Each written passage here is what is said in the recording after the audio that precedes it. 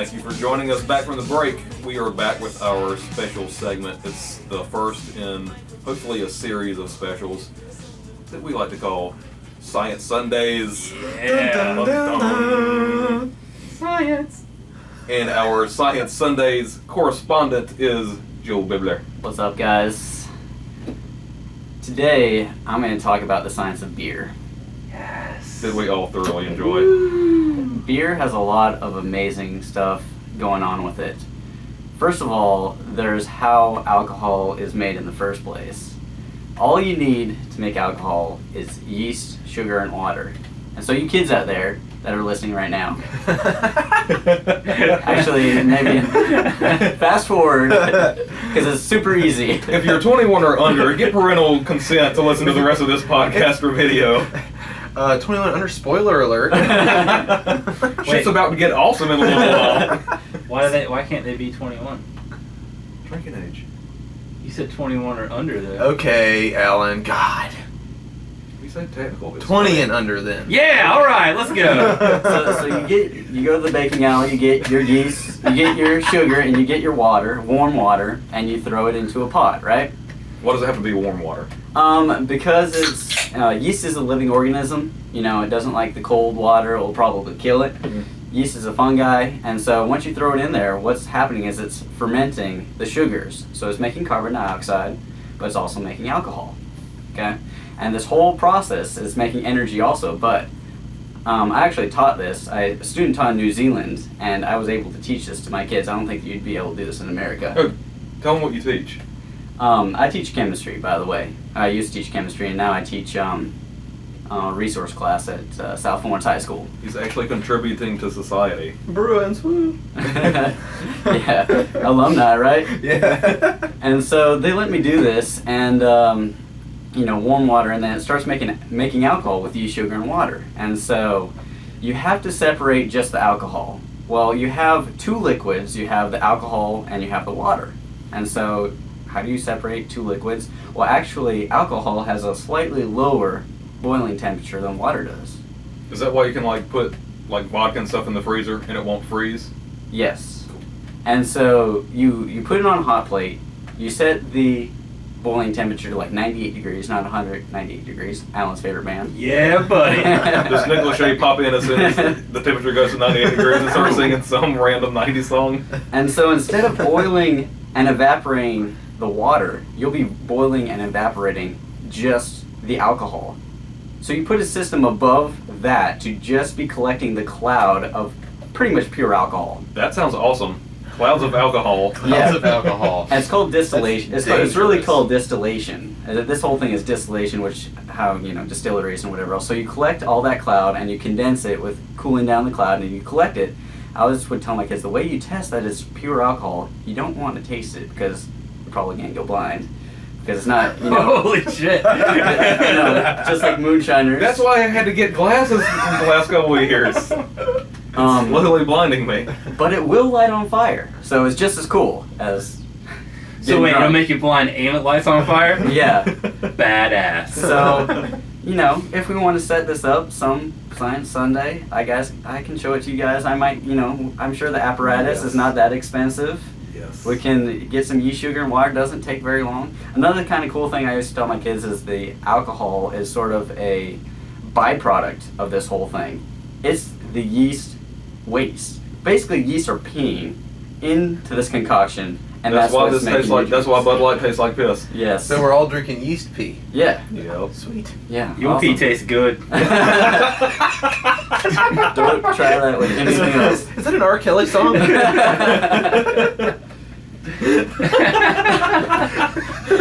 Well played. Oh, Very girl, well pee played. tastes good. It's on you. It's gonna be on you.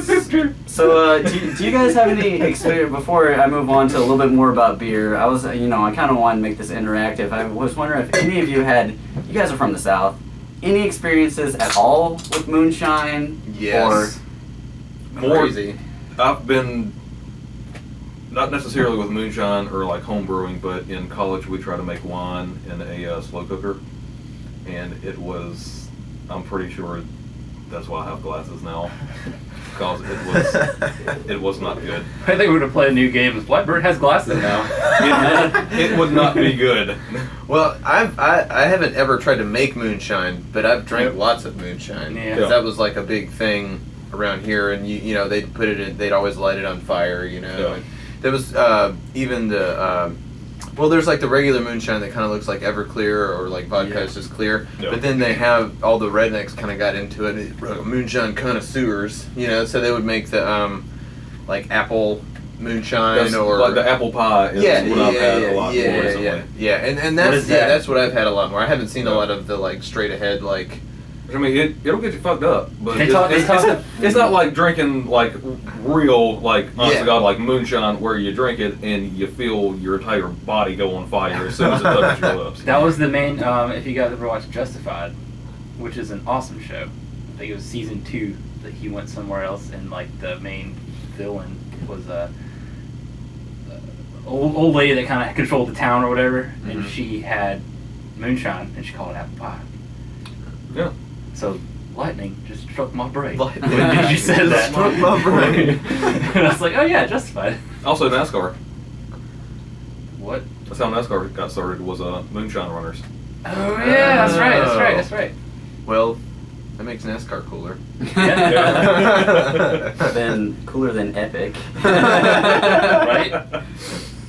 But another thing about the process is, you know, going on with the whole blind thing, and it kind of leads to my next thing about beer, is that it has to be super clean. The entire process, you have to super clean, which I don't know how they had beer back in the ancient days, because nothing was clean back then. I mean, I have to sanitize my bottles, my everything, you know, or else my beer is going to be skunky. I think they didn't care. I'm pretty sure they just drank it. Yeah. And That's that's how why cheese was people made. die all the time. They just had like old milk and it just You- solidified and got old nasty. And like, screw it. Just We ain't like- got anything to eat. Let's eat this shit. It's like scientific discoveries, especially this one. I mean, you're going to leave some rotting grapes in a bucket for a long time. You're going to accidentally drink it, which is, you know, we might have all done that before in college. But then, after There's no that, might. then you're going to try it again. Be like, you know what? That wasn't so bad. Let's try it again, because I felt a little funny after that last one. Like, scientific discoveries sometimes are like, why, you know, why did they milk a cow? Why did they walk up to the milk? I'm going to drink the first thing that comes out of that. Look at that udder. It looks hand-sized. And Yep. they didn't pick a rat or a cat or That a, looks familiar. yeah, Glad it wasn't a bull. yeah. And so, you know, kind of, the next thing is, you know, this is my homebrew right here for all those of you watching. For those of you listening, I brought a few bottles of my homebrew. It's called Grand Cru.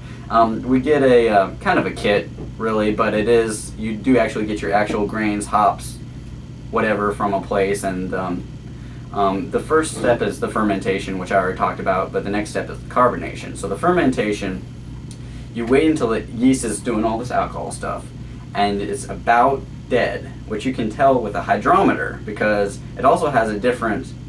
What's a hydrometer? A hydrometer is, I think it's used to be filled with mercury, kind of like a thermometer. I don't know if they're filled with nowadays, but it will float at a different level depending on what liquid you're in. Okay, and so the more alcohol something gets, a hydrometer will sink, Mm-hmm. which is awesome. Yeah. So it'll basically just like tell you how much water is in whatever you're measuring. Yeah, basically. How much party you're gonna have? Exactly. And so you're like The partyometer. That's the thing to call it. It's almost like the ball at New Year's Eve. It's like party, party, party, party. We're there, right? Dropping the balls. And then the confetti goes off. And so then, when it's almost there, you cap it, because from then on out, all the carbon dioxide that it's making will make the bubbles, the carbonation. So you don't have it carbonating in the beginning, you have it carbonating in the end, and then you'll have a nice frothy beer. And so then goes, here's how to pour beer. Bert asked me, sort of, it's a 45-degree dealio. I'm not really going to do I may explain it to you, but this is a little bit different because it's homebrew. I'll tell you guys how to pour homebrew. You kind of pour it in there nice and slow, because mine's unfiltered. And then for you guys listening, at the very end, you sort of make sure none of the unfiltered yeast doesn't get into your cup. So there you go, Bert. Try it out. That one was brewed It with looks some delicious. orange peel and I think some coriander also is the other thing that I Fancy. Remember remember. Herbie. Yeah. So beer is a little bit different because I got them on the nose. it's malted barley, and so kind of the same thing. Somebody dropped some barley into a pot of water. It sprouted, which broke down the sugars, Oh, super good. and then so Oh, yeah. yeast got in there somehow, probably through the air, which yeast do, and then somebody drank it. Same sort of thing. So it's just kind of a crazy thing. There's some other alternative uses for beer, other stuff about India Pale Ale. I could go on and on about. There's so much cool stuff with the science of beer. So it's just like more or less science. Oh, awesome accidents. Yes. Silly buddy. Pretty much. Yeah. That's what he went to. Beer is the silly putty of You went to Silly Putty Drinks. for your awesome accident. But another thing is like apparently it was Silly Putty's awesome. that was beer. That's the connection. It was apparently responsible for also like the agricultural revolution because they used to use it for just sustenance because it used to have less alcohol content also, and so people used to drink it like working out in the fields and trying to get some calories. Just like drink beer. It's like in Game of Thrones. I mean, you always see they're never drinking Dude, water. They're always drinking wine and all beer the time. and mead. Calories, man. Lord of the Rings. They didn't drink water. They had mead, son. History. And long bottom leaf. They got high a lot in that movie. Yeah, they did. And hops really has nothing to do with the whole kind of science of it. It's just really for flavoring. In fact, it was to cover up spoiled beer. Is where hops Oh, come no from. kidding. What? Yeah. That's actually really cool. Yeah, and that's where IPA, India Pale Ale, kind of came from. The hops, it's just like they were traveling all the way from Britain to India, and by the time there it got That has nasty. spoiled. Yeah, and so to Gotcha. cover it up, threw some hops in there, like, hey, this tastes kind of alright. And so they started liking it back in England, and that's where people started adding hops to beer. It's also good to know that India Pale Ale actually has a relation to India instead of being like French fries. Not French at all. Freedom. India fries. Pale Ale actually has something I to do was with in India. France. I didn't see one damn single French fry, man. They just called them fries. I thought I'd see croissants and French fries everywhere. And the baguettes. So that's pretty much it with the science of beer. I mean, there was a couple other things about some alternate uses of beer, like I was about to say alternate universe. There's alternate universe. if you drink enough beer, There really is. there is an alternate universe. But besides that, there is a lot of awesome stuff with beer. So I mean, Agreed. I could talk more about it, but those are the main. That's like the background of beer. But there's more to it than that. That was very good. Thank you. Thank you, Joel. Yeah, man. You're welcome. Awesome science. Awesome first science. You can First actually Science Sunday. taste that like little coriander or You whatever it can. is. Yeah, I had one earlier. It's really good. Yeah, it's I good. had one earlier too. It's like reminiscent of that Blue Moon, but A lot better. yeah. And I like sorry, I yeah, like Blue Moon. Yeah, it kind of a little stronger than like Shock Top. or And it's got a better back end than Blue Moon does. yeah, Yeah. Blue Moon yeah. really has, it's got a funky back end to it. But this, like, the back end is like that more herby kind of like background flavor kind of taste to it. Yeah, a little smoother. This is what I told you, like, I like the citrus in it because Blue Moon was my jam for Mhm. like 2 years. I can attest to that. Yeah, but like I totally agreed with the back half of the taste. Yeah, It's this good. is awesome. Yeah. And that's one problem that I have with a lot of IPA sometimes is the back end gets so like bitter or rich that Yeah. after like one or two, I'm just like, it's too rich for me. I I've can't- only recently got accustomed to drinking IPAs. Like, and that first one is a little hard to get through. But after after that, about halfway through the first one, it's like, okay, my palate's used to this now. Yeah. I can sort of keep going, you know. Yeah. But it's yeah, good stuff, man. Yeah, well, if you guys want to do a little science experiment in the coming weeks, just let us know, and we will be more hell. Actually, we don't even need anybody's permission or anything. We're just gonna do it anyway. We're probably gonna make beer in the next coming weeks, months. So watch out for the next couple of Science Sundays, and we're probably gonna start at least experimenting with trying to make some alcohol or beer or something. Yeah. Let's get drunk. Everybody, if you're listening or watching, just comment or message us. Tell us what your favorite beer is. We'll try to do something similar, or whatever. We'll start a conversation. And we'll try not to light ourselves on fire. I'll drink anything. I'm just gonna throw it out there. Yeah, my last story about this, if we have enough time, is We got plenty of time. when I started brewing beer. Okay, and it's Mr. Beer was sold out at Target. We have those. We have those at our workplace. We do. Oh, never mind. They're sold out at Barnes and Noble. Yeah. And so it's a plastic jug. I mean, the whole thing's great. It's a way to learn. I'm not knocking anybody who does have Mr. Beer, okay?